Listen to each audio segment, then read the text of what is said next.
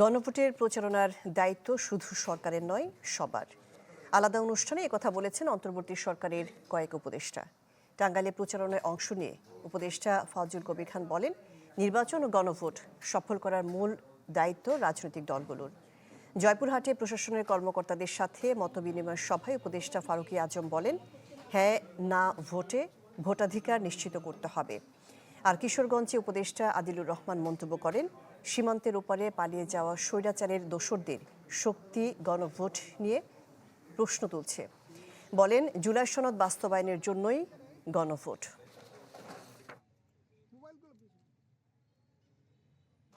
বিজলি কেবলসের skin coated insulation আগুন প্রতিরোধী। বিজলি cables, নিরাপদ আজীবন।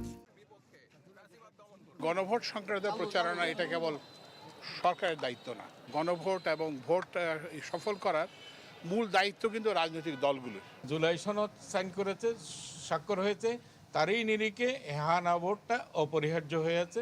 যেহেতু এই সরকার সংস্কারের জন্য আসছে, সংস্কার একটা এই সরকারের ম্যান্ডেট, সংস্কারের অংশ হিসাবে এই হ্যাঁ না ভোটটা অনিবার্য হয়েছে। জুলাই সনদ হয়েছে, সেই সনদ বাস্তবায়নের জন্য গণভোট। যারা জুলাইয়ের গণভ্যুত্থানের বিপক্ষের শক্তি, তারা এটা নিয়ে কিছু ভাবতে পারে, প্রশ্ন করতে পারে।